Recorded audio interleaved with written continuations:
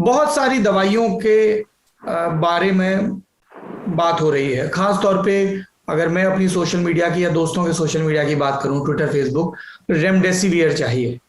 और उसके अलावा भी कई इंजेक्शन हैं जिनकी बात हो रही है, और कई डॉक्टर हैं जो कह रहे हैं कि इतना भी एफिकेसी नहीं जितना शोर मचा दिया गया, कालाबाजारी हो रही है, ओवर डिपेंडेंस हो रही है, वगैरह वगैरह। चूंकि डॉक्टर विनय, डॉक्टर अमित और डॉक्टर दीपक, आप लोग लगातार कोविड पेशेंट्स को देख रहे हैं, मैं आप लोगों की राय जानना चाहूंगा। तो इसके बारे में मैं एक विस्तार से बैकग्राउंड देना जरूरी प्लीज समझता हूँ बताने के प्लीज। लिए कि ये जो 3 ड्रग्स हैं, क्योंकि लोग अक्सर पूछते हैं कि अगर ये इफेक्टिव नहीं है तो पिछले साल पूरा साल दिया क्यों गया। तो उसका आंसर और उनका सवाल जो है वो बिल्कुल जायज है। आप तो दवाइयों के नाम भी ले लीजिए जो हाँ, दी जा रही दवाइयाँ है जो लगातार। 3 दवाइयाँ हैं जो बहुत कंटेंशियस रही हैं, उनमें एक आइवरमेक्टिन है, उनमें रेमडेसिविर है और एक टोसिलिजुमैब है। तो इन तीनों में से 2 दवाइयाँ फेयरली एक्सपेंसिव हैं और एक जो है आइवरमेक्टिन है वो काफी एक चीप दवाई है। तो इन तीनों का बैकग्राउंड समझने के लिए हमें ये समझना पड़ेगा कि दवाइयाँ मार्केट में इंट्रोड्यूस कैसे होती हैं। वो 2 फेज में उनको हम ट्रायल करते हैं। सबसे पहला और मोस्ट इंपॉर्टेंट होता है उनका सेफ्टी डाटा देखना, सेफ्टी ट्रायल देखना। वो इन तीनों ड्रग्स का established है over a long period of time कि this is safe for human consumption and their doses have been established at what dose are they safe for human consumption। ये बहुत सालों से तीनों दवाइयों का एस्टैब्लिश है। और दूसरी बात, मार्केट अवेलेबिलिटी। ये तीनों ही दवाइयां पिछले कई सालों से मार्केट में अवेलेबल हैं। अब इन तीनों को मद्देनजर रखते हुए अगर इन तीनों की कोई एफिकेसी हमें देखने को मिलती है कोविड में, तो हमें उसके लिए कोई रेगुलेटरी अप्रूवल की जरूरत नहीं है, because they are already approved by FDA and Indian drug regulators. तो इन तीनों दवाइयों को ये मद्देनजर रखते हुए जो रिसर्च हुआ, सबसे पहला हुआ आइवरमेक्टिन के ऊपर मोनाश यूनिवर्सिटी ऑस्ट्रेलिया में। उन्होंने एक इन विट्रो स्टडी किया। इन विट्रो का मतलब होता है कि ह्यूमन पे स्टडी नहीं किया, कुछ सेल्स के अंदर कोरोना वायरस का इन्फेक्शन किया और उसमें आइवरमेक्टिन देकर देखा कि क्या वायरल लोड कम होता है। उसमें उन्होंने काफी सिग्निफिकेंट रिजल्ट्स देखे कि ये वायरल लोड कम होता है। रेमडेसिविर को हमने इसलिए चूज किया बिकॉज वो कोरोना वायरस जैसे वायरसेस, जो आरएनए वायरसेस, हाँ उसके जैसे वायरसेस जो हैं उनके अगेंस्ट इफेक्टिव रहा है, जैसे hepatitis C virus, Ebola virus और एक रेस्पिरेटरी सिंसिशियल वायरस। तो इन 3 वायरसेस के अगेंस्ट उसकी इफेक्टिवनेस पहले कभी स्टडी हुई थी कि ये आरएनए वायरसेस के अगेंस्ट इफेक्टिव है। और तीसरी जो दवाई है टोसिलिजुमैब, वो डॉक्टर दिनेश जैसे आपको बताएंगे कि वो एक रोमेटॉइड आर्थराइटिस में दी जाती है उन पेशेंट्स को जिनको इन्फ्लेमेशन ज्यादा होती है। तो उसकी एफिकेसी देखी गई उन पेशेंट्स में जिनको कोविड के कारण इन्फ्लेमेशन इतनी ज्यादा है कि वो क्रिटिकल स्टेज में है और उनको रेस्पिरेटरी फेलियर है, मल्टी ऑर्गन डिसफंक्शन है। तो इन 3 दवाइयों की क्योंकि कुछ मैकेनिज्म ऑफ एक्शन नोन था, मार्केट अवेलेबिलिटी थी और सेफ्टी नोन थी, इसलिए उनको इमरजेंसी में मार्केट में कोविड के लिए उतार दिया गया, क्योंकि हमारे पास उनके लिए कुछ डाटा अवेलेबल था। बट इन तीनों ही ड्रग्स में कोई ऐसा ह्यूमन ट्रायल नहीं है, ह्यूमन ट्रायल नहीं है। आई वुड रिपीट कि कोई ऐसा ह्यूमन ट्रायल नहीं है that can conclusively say that these drugs are effective against corona virus.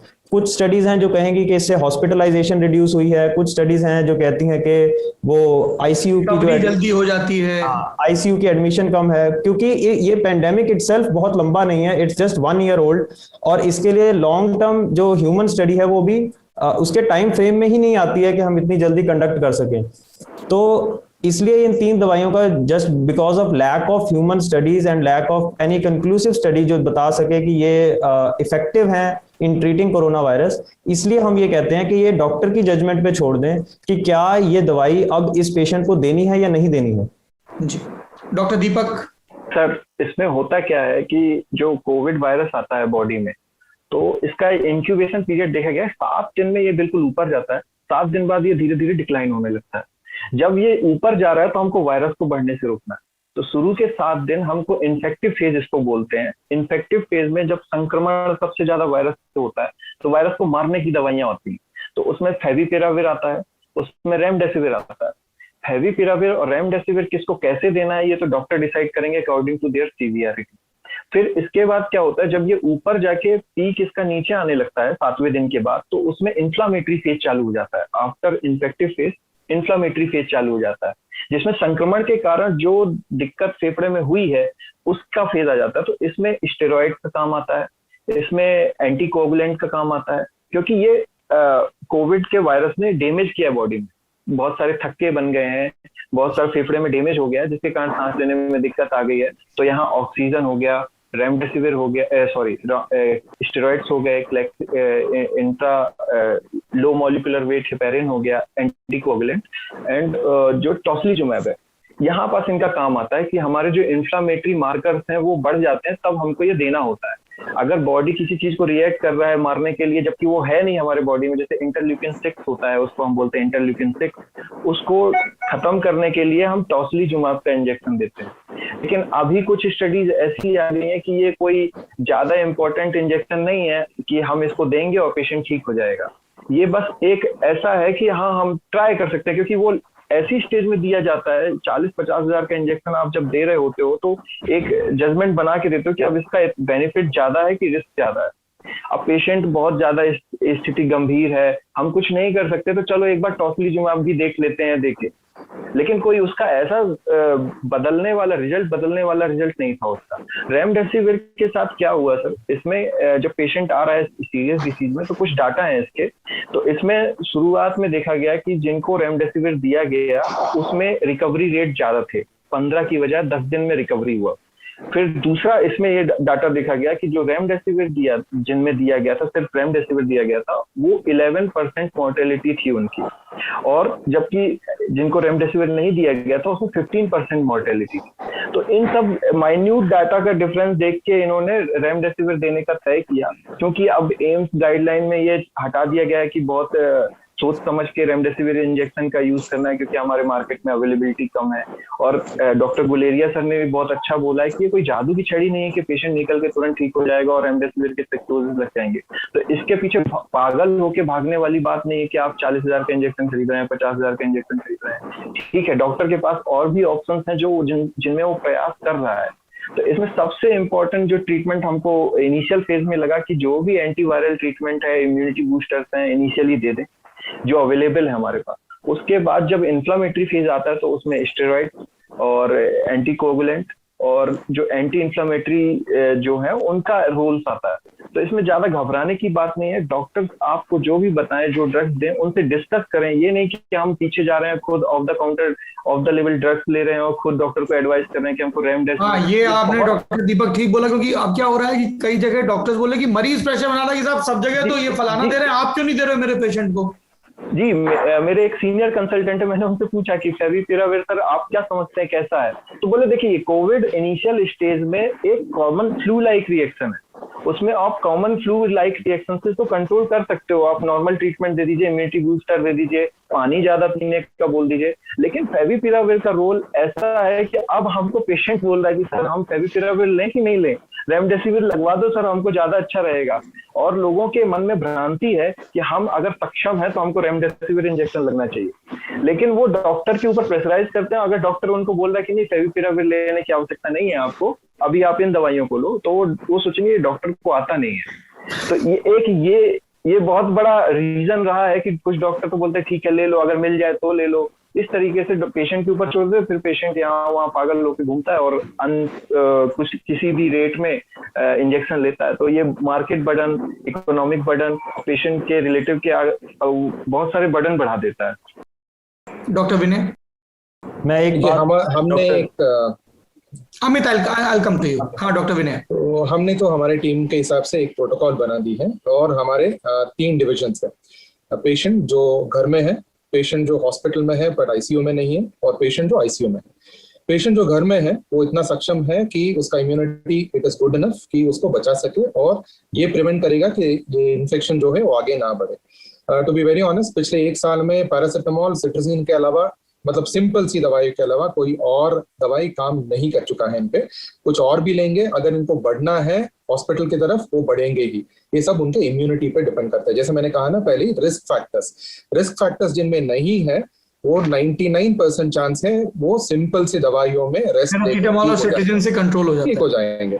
पिछले 1 साल में मैंने एक भी मरीज के लिए आइवरमेक्टिन प्रिस्क्रिप्शन नहीं दिया है। और जब भी कोई फैबीफ्लू का पूछता है हमें फैबीफ्लू चाहिए, मैं बोलता हूँ 8 दवाई फैबीफ्लू लेने के बजाय आप 8 कैडबरी चॉकलेट खा लो, वो आपको और अच्छे से ठीक रखेगा। क्योंकि FabiFlu in my opinion is as good और as bad as a chocolate. उसका कोई रिसर्च नहीं है, ट्रायल नहीं है, उसका एफिकेसी बिल्कुल प्रूवन नहीं है। तो ये है पेशेंट जो घर में है, सिंपल सी दवाई, ठीक हो जाएंगे। जो पेशेंट जिनका प्रोग्रेशन होता है और हॉस्पिटल पहुंच जाते हैं पर वो आईसीयू में नहीं है, मतलब उतना सिक नहीं है कि वो आईसीयू में चले जाए, उनको हम देखते हैं कि उनको ऑक्सीजन की जरूरत है, मतलब 94% से कम है ऑक्सीजन लेवल या 94% से ज्यादा है, उनकी बीमारी 6 दिन से कम है या 6 दिन से ज्यादा है। अगर उनकी बीमारी 6 दिन से ज्यादा है और बुखार बढ़ता ही जा रहा है और ऑक्सीजन की कमी दिखाई दे रहा है तो रेमडेसिविर प्लस स्टेरॉइड्स ये दोनों ही काम आएंगे। रेमडेसिविर उनकी जान नहीं बचाएगा बट उनका डिजीज का ड्यूरेशन कम करेगा। और हमारे हिसाब से पिछले 1 साल में जितने मरीज हमने ट्रीट किए हैं ना, रेमडेसिविर बिना स्टेरॉइड के कुछ नहीं कर सकता और स्टेरॉइड बिना रेमडेसिविर के कुछ नहीं कर सकता। कितना देना है, कैसा देना है, ये आप अपने डॉक्टर्स पे छोड़ दीजिए। बट जैसे मैंने कहा, हमारे एक्सपीरियंस में अगर हम टाइम करेंगे मेडिसिन को, जो पेशेंट 6 दिन से ज्यादा बीमार है, लगातार बीमार है और ऑक्सीजन लेवल कम हो रहा है, रेमडेसिविर और स्टेरॉइड के कॉम्बिनेशन में बहुत लोगों की जानें बची हैं।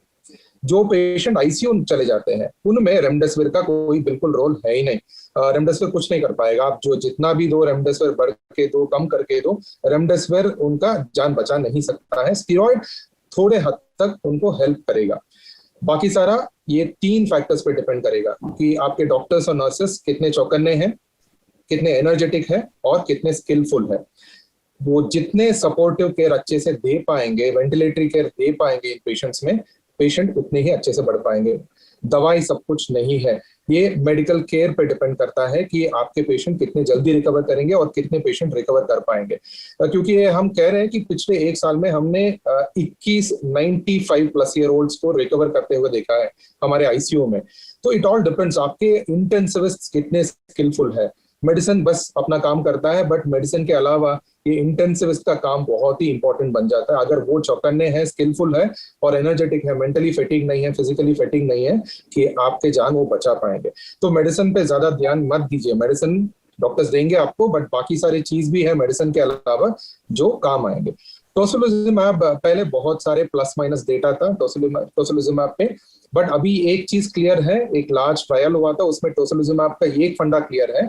अगर पेशेंट बहुत ही जल्दी सिक होके आ जाता है, मतलब पहले तीसरे या चौथे दिन में वो आईसीयू चला जाता है, वेंटिलेटर पे चला जाता है, ऐसे मरीजों पे अगर स्टेरॉइड का असर नहीं हुआ 24 या 48 घंटे में और इंटरल्यूकिन 6 करके उसका लेवल ज्यादा है, सीआरपी करके एक टेस्ट उसका लेवल ज्यादा है, ऐसे पेशेंट में अगर जल्द से जल्द 48 घंटे के अंदर अंदर अगर हम टोसिलिजुमैब दे पाएंगे तो बहुत सारे patient, I would say 50 to 60% recovery कर चुके हैं। ये डायरेक्टली टोसिलिजुमैब के वजह से हुआ है मैं कह नहीं पाऊंगा, क्योंकि जो भी ट्रायल या स्टडीज और हम जो देख रहे हैं ना, ये प्रॉपरली कंडक्टेड स्टडीज नहीं है, बट एक्सपीरियंस के हिसाब से अगर हम इसको टाइम कर पाएंगे अच्छे से और अच्छे से केयर दे पाएंगे तो ये बचा सकता है।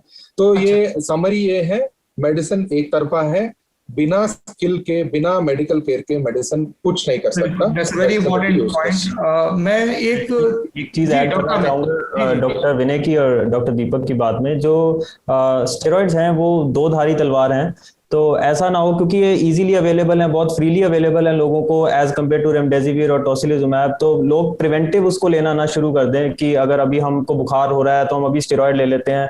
तो उससे होगा क्या कि it is also an immune suppressant. तो ये भी हो सकता है कि अगर आपकी नेचुरली बॉडी उसको शायद वायरस को काउंटर कर जाती, बट आपने because of high dose of steroids आपने अपनी इम्यून लेवल को पहले ही सप्रेस कर दिया, तो it might be counter productive for your body. So unless आपका जो ऑक्सीजन सैचुरेशन है वो 94 से नीचे नहीं है या आपको डॉक्टर ने प्रिस्क्राइब नहीं किया है, तो चाहे वो इनहेलेशनल स्टेरॉइड हो चाहे वो ओरल स्टेरॉइड हो, वो आप अपनी मर्जी से ना लें। ये चीज तो मैं अपने तमाम दर्शकों से बार बार लगातार कहना चाहूंगा, अपने मन से दवाइयां मत लीजिए, डॉक्टर से सलाह करिए, फोन कॉल पर उपलब्ध हैं।